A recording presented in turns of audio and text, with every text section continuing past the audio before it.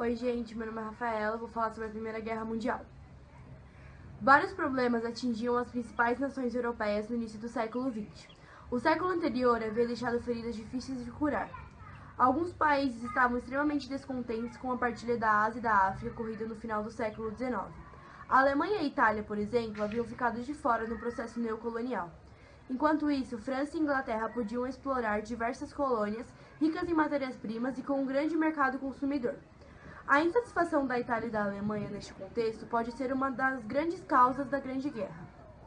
Vale lembrar também que no início do século XX havia uma forte concorrência comercial entre os países europeus, principalmente na disputa pelos mercados consumidores.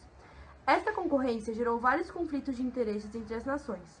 Ao mesmo tempo, os países estavam empenhados numa rápida corrida armamentista, já como uma maneira de se protegerem ou atacarem no futuro próximo.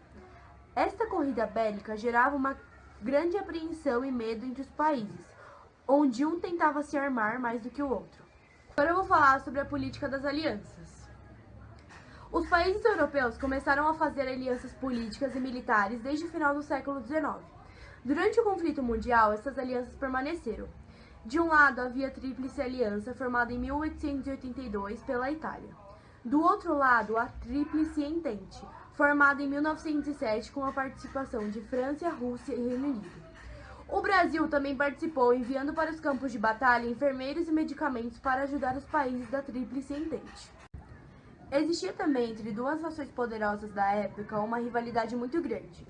A França havia perdido no final do século XIX a região da Alsácia-Lorena para a Alemanha durante a Guerra Franco-Prussiana. O revanchismo francês estava no ar e os franceses esperando uma oportunidade para retomar a rica região perdida.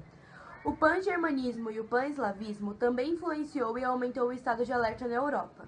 Havia uma forte vontade nacionalista dos germânicos em unir em apenas uma nação todos os países de origem germânica. O mesmo acontecia com os países eslavos. Bom, agora eu vou falar sobre o início da Grande Guerra. O estopim deste conflito foi o assassinato de Francisco Ferdinando, príncipe do Império Austro-Húngaro. As investigações levaram ao criminoso um jovem integrante de um grupo sérvio chamado Mão Negra, contrário à influência da Áustria-Hungria na região dos Balcãs.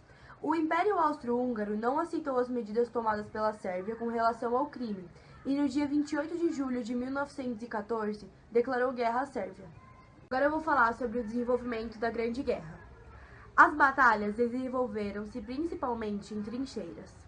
Os soldados ficavam muitas vezes centenas de dias entrincheirados, lutando pela conquista de pequenos pedaços de território. A fome e as doenças também eram os inimigos desses guerreiros. Nos combates também houve a utilização de novas tecnologias bélicas, como por exemplo, tanques de guerras e aviões.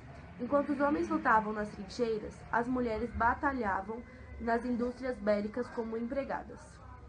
Agora eu vou falar sobre o fim do conflito. Em 1917 ocorreu um fato histórico de extrema importância: a entrada dos Estados Unidos no conflito.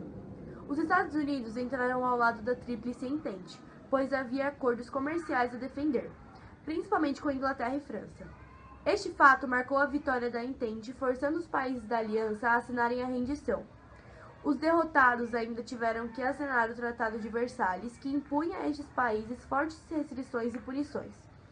A Alemanha teve seu exército reduzido, sua indústria bélica controlada, perdeu a região do corredor polonês, teve que devolver à França a região da Alsácia-Lorena, além de ter que pagar os prejuízos da guerra dos países vencedores.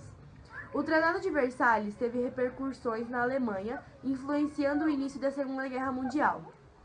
A guerra gerou aproximadamente 10 milhões de mortos, o triplo de feridos, arrasou campos agrícolas, destruiu indústrias, além de gerar grandes prejuízos econômicos.